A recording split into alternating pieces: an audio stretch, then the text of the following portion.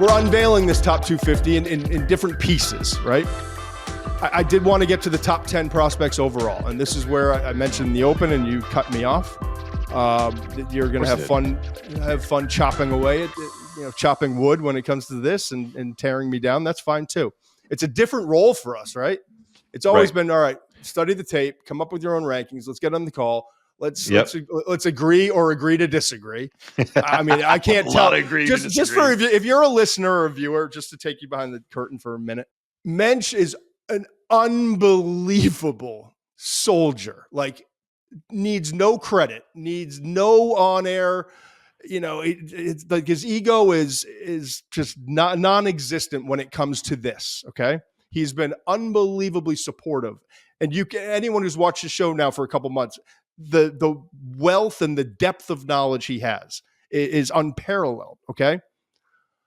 But every once in a while, not every once in a while, like 20 prospects a year or so, he just sticks his feet in the sand, digs in hard, and he becomes a total pain in my ass on whether it's 15, 20, 25 prospects every year. That I'm wrong. Fine. And it's always fine. Like, you can rank them wherever you want. But we'll come back to this in 3 years. I will say I've matured a little bit, because it used to be like I would call you and I would be upset that you would have a guy late third that I thought should be late second or early third, and you'd be like, dude, it's not that big. We're not that far off. It's 11:30. We have a minor disagreement on this. Yeah. You would have. We have a minor 5 hours sleep. Yeah, I've got a 68 grade on him. You got a 63. Like, what are we doing? So anyway. So this is different because Muench, if you don't know, he's fueling the ESPN draft tracker still doing the Scouts Inc. Process. I'm obviously have moved on, and this is solely it's solely my rankings for these purposes for now. Okay. And things will change. We're excited about where this is all headed and have some exciting announcents in the near future, hopefully. But for now, this is kind of how the process is going to work. And Muench has got his own deal. So when the producer, when one of our great producers, Tucker, presents him with the top 10, he says, okay, hold on. As right before we came on the show, he's like, I haven't seen it. Hold on. Keep that graphic up for a minute. And I see him taking vigorous notes. So here's my top 10. Okay. And Muench has taken a lot of notes on this, so we'll get to him quickly. Travis Hunter at number 1. Here's the thing I'll tell you. From my tape study and then talking to people in the league, Travis Hunter is a clear-cut best football player in this draft, okay? Period. Whether you want him at wide receiver, at cornerback, or both. He's the number 1 player in this draft in terms of just all-around football player and athlete. Will Johnson, for most people I've talked to, would be considered number 2. Then it's kind of like this. I don't want to say a notch down because I've got 93 grades, as you can see. But Travis Hunter's in a kind of a league of his own. I don't want to say it's a huge gap between him and the next guy. But every team in the league may view him a little bit differently, what he's going to provide. But they view him as the top football player in this class. Then it's Will Johnson for a lot of teams. And then I think kind of in that same tier is Abdul Carter, the edge rusher from Penn State. I know Muench is not going to argue with Mason Graham at number 4, may even have him higher. And then still like Michael Williams, I wouldn't say is the player yet that he's going to be. And you're gambling that he's going to develop into a more consistent player, but his talent level earns him a spot with a 93 grade in that second tier. And Ashton Ginty, if he wasn't a running back, might be talking about he and Travis Hunter as the best 2 football players in this draft. I've got those as the top 6. Then a little slight notch below that, we get into Jalen Walker, who's an off-the-ball linebacker / hybrid edge rusher. And I think for some teams, that will decrease his value. I think for other teams, that versatility and the ability to stay multiple with the same personnel will increase his or maximize his value. Kelvin Banks Jr., offensive tackle. We've got him as the number 1 offensive tackle right now, but I'll be totally honest with you. There are some people I talked to in the league who believe it's Will Campbell. Muench, you just talked about Josh Simmons, offensive tackle from Ohio State, coming off the injury, but talent-wise may be the best in this class, and I've heard some scouts I've talked to echo that. I look down, and to me, the most underrated player in this draft, and not for me, as you can see, I put Josh Connerly at offensive tackle, number 2 OT, at number 10. trying to make a statement. I learned from my boy Kuiper. If you want people to know how much you like him, make sure you emphasize that. And I did in this top 10. So the offensive tackles, I think throughout this process, the Senior Bowl, the Combine, the interviews, all the private workouts, I think that they will adjust a little bit, but those are kind of the big names that you need to know about. And then obviously Malachi Starks is in there at number 9. So Muench, have at it, bud. I'm glad to see you have Genty so high. I think because again, the temptation as the positional value, I have him at 5. I think you have him 6. We don't have a lot of big differences. I will say 2 things. Or 2 names that really jumped out at me. Shedeur Sanders is definitely a top 10 player in this draft, in my opinion. I like it. Got to get him in. And I got him at 10. So I'm not saying that he's, I don't know where you had him. Maybe. Well, just so people understand, I'm looking at my list that goes beyond. I've go top 32 here. I've got, and it's important. Shedeur Sanders, I've got at 11 overall. Okay. Cam Ward, I have at 19 overall. And they're the only 2 quarterbacks in my top 32. Okay. The other one I would say is I have James Pierce in at 9. I have him ahead of Jalen Walker. I love Jalen Walker. And I just went back and did this because is he an off the ball linebacker? And can a guy that size, because he's short and light for an edge, can he be effective? Now, when you go and you look and you see guys like Will McDonald, who's a light edge, putting up big sack numbers, and Nick Benito from Denver putting up big sack numbers, that makes me a little more confident. But he's also short. And, Micah Parsons has, he's taller, but he has shorter arms. So is this guy going to be Micah Parsons, or is he? I'm a little all over the place on Jalen Walker. I haven't a fully formed opinion about him to say that. I love his tape. I love what he can do, but I also have some concerns, and where ultimately he's going to fall is still a question mark for me. I feel more safe with James Pierce because even though he's light too at 245-ish, he is a taller guy. He plays off the edge predominantly. Walker moves all around. So to me, I feel like he's a little safer. I'll say this too. I need to update my rankings. I'm going to do this weekend. I have Banks Jr. at 8. I don't think there's an offensive tackle who's a top 10 player this year. He's out. I think he's dropping. I think Simmons, even though I think he's going to be the top tackle, is going to move ahead of Banks in my next rankings. I don't think he's in the top 10. I think I've watched 2 tapes of Connerly. Full disclosure. I got to watch more. I got to lock in on him. I know he's your guy. I don't see it yet. So I think this is keep watching. A weak. I will. It's a weak tackle class. So to me, which is crazy to think about. I wouldn't have a tackle in the top 10 because one of those guys is going to go there. I mean, history tells us that. The other thing I'll say is that I do not have Travis Hunter first overall. I have him 3rd overall. Yeah. Behind who? Travis Hunter behind Abdul Carter and Mason Graham, because it's not a mock. It's a ranking. Michigan defensive tackles always. Yeah. This is not a TV show with commercials and a hard out. This is the beauty of what we're doing here at the McShay Show. We have our and I'm sure our producers are like, oh, here McShay goes again. Like we told them on Thursdays, we don't need an hour and 40-minute show, but look, we're here. Let's do it, right? Let's do it. Yeah. Flash mock. Flash mock. Let's do it. Quick mock draft, top 5. We'll come out with a mock draft soon, a full 32. We're kind of waiting. We get the college football playoff and all the excitement, but let's just do a top 5 picks. You ready? Yes. I told you from the beginning. Every single week I'm gonna have the rankings right here in my notes, right here. Okay. I'm gonna have the rankings as currently constructed, and obviously the playoff teams will adjust. But for these purposes, for this flash mock, we're gonna do a top 5. Okay. Giants are sitting at number 1. Right. Raiders at number 2. We just talked about the quarterbacks. We'll get back to this in a second. But what's fascinating is I don't have a quarterback in the top 10. Muench has got Shedeur in the top 10. I've got my next one's Cam Ward at 19. But there's smoke, there's fire. Okay. Number 3 is New England. So Giants at 1, Raiders at 2, Patriots at 3, Panthers at 4, and Browns at 5. We would have thought about 3-4 weeks ago, the Panthers absolutely are taking a quarterback. That may be the best story in the NFL this year. Oh, it's awesome. It's awesome. Just watching Bryce every single week get a little bit better, and the confidence of teammates and him and all that. So I think when I look at this, the Giants quarterback need, Raiders quarterback need, obvious. Patriots do not. Drake May Right. continues to play really well, and I just love his future in New England. I truly do. Bryce Young, I think, has earned the spot, the right to come back as the quarterback and to be developed. And Cleveland at 5 needs a quarterback.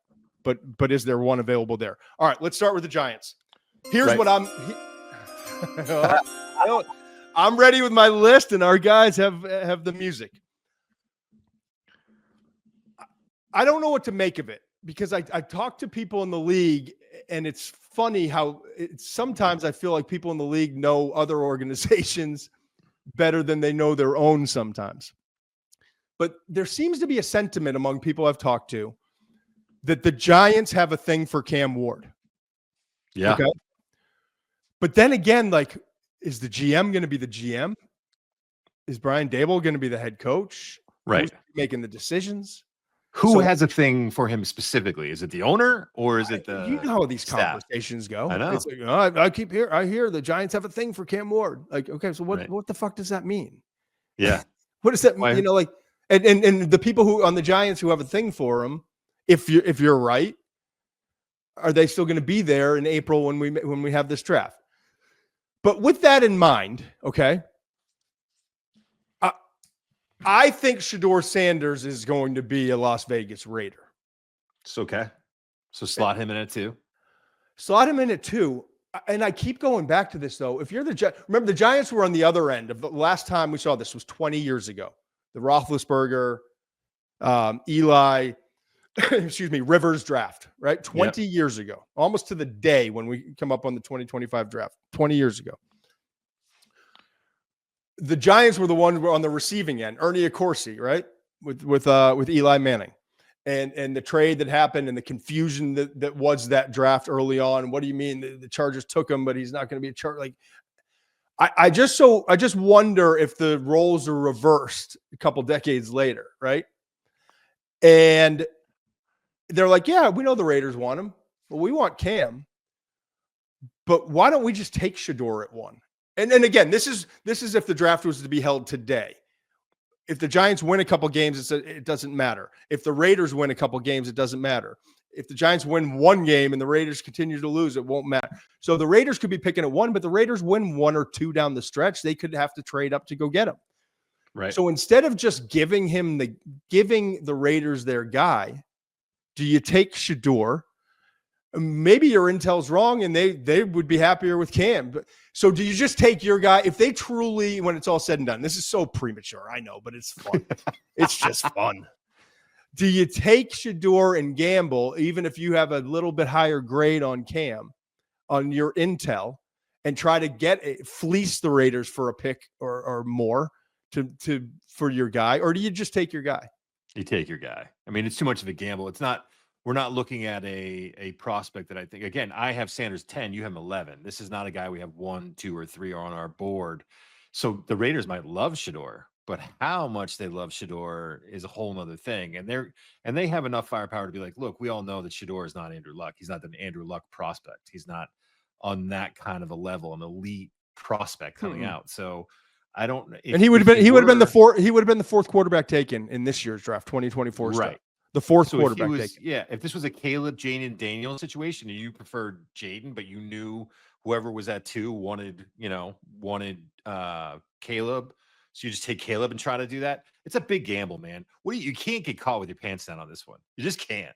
Like if you end up with a guy and stuff gets leaked all the time, and they really. Well, if this is the draft order, the very first thing that you're going to hear in terms of draft buzz leaked from a personnel department is that the Giants absolutely love Shedeur Sanders. There's going to be some little report like, "Hey, I'm not supposed to say this," but you didn't hear it from me. You didn't hear it from me. If you draft the Giants love Shedeur, right? If you draft Shedeur and it comes out that you really want a Cam, but you were playing this game. What a nightmare that is inside your building, where if you get stuck with Shedeur, and I don't want to say stuck with Shedeur because I think he's the better quarterback. But that being said, here's the other thing though, like is Cam Ward bad. Like when you study his tape, is Cam Ward worth the number 1 overall pick or the number 2? I like him a lot. I think he's got a lot of potential, but Good player. He would have been the 5th first-round pick. if you merge these two classes together, 2025 and 2024. Would he even be the 5th quarterback drafted last year? No, I think Penix and McCarthy probably would have gone ahead of him too. At least there's a discussion. You were. I love. And Bo Nix has turned out like Bo Nix could be offensive rookie of the year. Yes. You know what I mean? So there is a world, like a personnel department could argue that Cam would be the 7th or 8th quarterback drafted if you're mixing Shedeur and Cam into last year's class, right? Right. Yeah. And I get the other take him first overall. To remind people, and this isn't to like dredge up excitement. I promise you, this draft class is actually loaded. Late first, second, third, fourth round. There's a ton of talent. I think part of it's transfer portal, guys coming in later. A lot of guys were utilizing the COVID year, an extra red shirt, like all those things. There's a ton of like depth in this class, but this top 10, I read somewhere, and I don't disagree. I read somewhere where Scout came out and said, or personnel director said that Travis Hunter would be the only player that in the top 10 of last year's draft. The only one in this class. And I'm not saying I totally agree, but like conceptually, like Will Johnson, Abdul Carter, Mason Graham, Mikael Williams, Ashton Ginty, they're all awesome players. But in a usual draft, it's quarterbacks, edges, wide receivers, tackles, a stud wide receiver. This wide receiver class is terribly disappointing. So, all right. So now we've got the top 2. So however it shakes out, let's put Cam Ward with the Giants, Shedeur Sanders with the Raiders. This is where it's fascinating to me. Okay. That's not going to get old. Patriots are on the board at number 3. They need an offensive tackle desperately. Bill Simmons and I were texting just 2 days ago, I think, about this. Need an offensive tackle desperately. You just told me, Steve Muench is our resident offensive line guru. There isn't an offensive tackle in this class, even with Josh Simmons from Ohio State being fully healthy. When you come around on Connerly and watch more tape and start to agree with me more, whether it's here we go. Junior from Texas and all of his talent, but there still isn't a tackle in this class that you believe is top 10 worthy. Not on December 12th. In a given year. You look at last year's class, it's the same thing. You probably have to get down to like 3 before you start talking about where these guys would stack up. Patriots desperately need an offensive tackle, desperately need to take care of their quarterback. They've got the one thing you can say about the New England Patriots, you don't know about, is this the right coaching staff?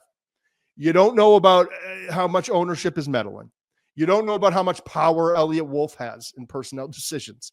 You don't know, you have huge question marks about perimeter talent on this team at wide receiver. They don't have difference makers. But the one thing you know is that they've got their guy at quarterback. And honest to God, I would rather have that problem solved than have a whole bunch of those other things I just mentioned, because that's the hardest thing to do in the NFL is to find your guy. So they got their guy. Now we got to protect him and we got to surround him. If it's not offensive tackle, I'm going with Travis Hunter here. And when I was texting with Bill, he was like, great cornerback could help a wide receiver. I'm like, no, for me, it doesn't mean the Patriots would do this or any other organization. For me, he's a wide receiver that maybe we utilize as a nickel corner and some plays on the defensive side. But with that situation with Drake May, let's get him a weapon. When's the last time the Patriots had a weapon? Like truly a perimeter guy you were afraid of vertically and after the catch. Randy Moss. Randy Moss. And prayers out to Randy and his family. That whatever's going on there is not good. Yeah. Yeah. I mean, there's reports now, and I'm concerned and worried about him. He's very misunderstood, very good human being. And obviously everyone is empathizing with him and hopes the best. But back to our point, Randy Moss is probably the last time. We're talking like, that's like 15 years ago or something, like a long time. So I would go Travis Hunter here. Would you go in a different direction? Abdul Carter, Penn State edge. I get that. I get that. I'm going to build inside out. And listen, I want tackles, and for this purpose, we can't really do this, but I do want to tackle, and I do want him to get a weapon. And it's not a deep receiver class, so that's concerning too. It's not like you could say like last year, you're like, oh, you're still going to get pretty good guys in the second round. You're going to get okay guys in the second round. I think if that's what you want to do with this asset, you go in a different direction. You try to make a trade with the first round pick to get a proven guy because the value's not there. And if I'm going to do it this way, I'm going to build inside out. I want to build in the trenches. That's how I think you build Look a at Brad good Holmes team. at the Lions. Yeah. I mean, they've got to find a way to get that offensive line better. And there's no excuses in a front office of like, oh, well, this draft's not very deep. Find the guys that are the diamonds in the rough, get out there in free agency, make a trade. You've got to find a way to help this kid out because he's that talented. So I was telling Bill this. I was telling Bill this the other day. Number one priority if you're a Patriots fan, start to root for the Raiders.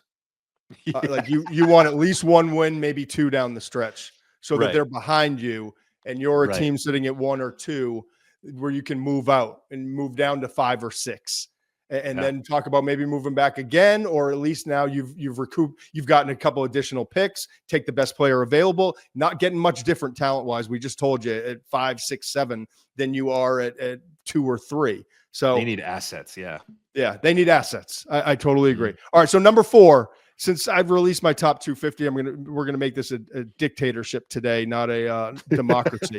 So we'll say that Travis Hunter went 3 to the Patriots. Panthers are on the board. Abdul Carter's still there. I watched the Panthers. I've watched them more in the last few weeks than I did kind of after the first few weeks because now Bryce is back in. I'm interested. When Jadeveon Clowney's not out there, and Jadeveon's no spring chicken, they don't have any. Weird to say. They don't have to say that. Yes and no. I can remember going to his pro day with Brewski. Like it felt like 25 years ago, like a different lifetime. But yes, I think Abdul Carter, if he's available, is the pick here for the Panthers, and it's really kind of a no-brainer. I like Mykel Williams too. I think if you look at, I know what you're saying. He hasn't been consistently elite, but you look at the 2 Texas tapes, and there's gonna be a lot of defensive line coaches like, yeah, I want that kid. We can work with that. Against that tackle. Yeah, I want Mykel Williams in the building. Then we got the Browns at 5. Play it. I look at their needs. They need quarterback. They need upgraded edge, or, opposite Myles Garrett. They need offensive tackle help. And they still, with Judy emerging, they still need another wide receiver. And they also need defensive tackle. Those are the needs. Better team talent-wise than any of these other teams. They just don't. The quarterback situation has been a nightmare. But it's not going to be a quarterback here, even though they're going to want one. It's just not. If Cam and Shador are gone, it's not. And I don't even know if you want to. I don't know that Shador. I don't know if Shador's going to be allowed to go there. I'm already told that New York is not going to be one of whether Giants or Jets. That's not on Coach Prime's list. I've got to imagine, given the just, I can't think of a worse history with the quarterback position. I mean, the Jets and the Browns have to lead that charge, right? Over the years. Yeah. And so I can't imagine that Coach Prime's going to be like, yeah, go up to Cleveland, Shador. They were great for Baker. So quarterback's out. You got the edge talent. There's no wide receiver. We've said there's no offensive tackle. I think Mykel Williams would be in play here. I think offensive tackle would be in play here at 5. But for these purposes, I think I would go with Mason Graham. Take the best football player. Michigan defensive tackle. Just a thought. Oh, you trying to play nice at the end here? You know I'm not going to argue with that. I mean, what kind of content we're going to come up with here? I mean, we can move Mason on. Graham is definitely a top 5 player in this draft. I mean, his ability to win with his hands, his ability to beat double teams. I think, this year's been different for that whole Michigan defense. Go back and watch that kid in the run that Michigan had through the playoffs last year and towards the end of the season, and all the offensive linemen that he played against and guys that kind of matched up with him, whether he was on the outside at times or predominantly inside, but sometimes he was outside. And look what he does to these offensive linemen. They're like top end prospects. He is just, I mean, I have number 2 on my board. He's a defensive tackle. I know he's not going to go that early. I would love to see him go 5 because I think he's that good of a player. Okay. All right. So I love the flash mock. There it is. They've even building graphic flash mock draft. I love it. We're early in the process. We will get, it may be right after the college football playoff. We'll keep you alerted. I'm excited to unveil first mock draft, full mock draft sometime relatively soon, within the next month. But let's hold off. Let's continue to evaluate these players. Let's get through the college football playoff. When the time is right, and it's coming up soon, we will unveil the first mock, and then we'll get rolling from there.